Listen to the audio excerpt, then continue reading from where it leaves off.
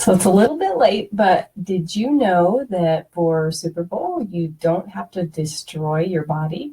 Did you know that you can eat fantastic foods and still be on a healthy track? So I wanted to share with you, I got a new set of recipes. And for those of you that asked for my last post about recipes, I'm going to go ahead and send this document to you too. The first two recipes are the same, a little easier to print out. The second one is a new one with zucchini chips.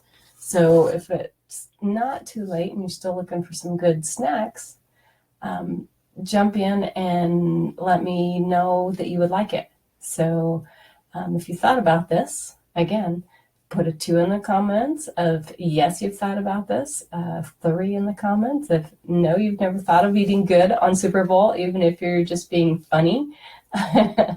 And 4 in the comments if you like this, a 1 in the comments if you want me to send you the recipes. Like I said, if you already looked at my other Super Bowl recipe doc, I will be sending it to you anyway. And go ahead and share this on your timeline if you think somebody else would enjoy it, and put a 10 in here if you'd like for me to tag you. All right, thanks.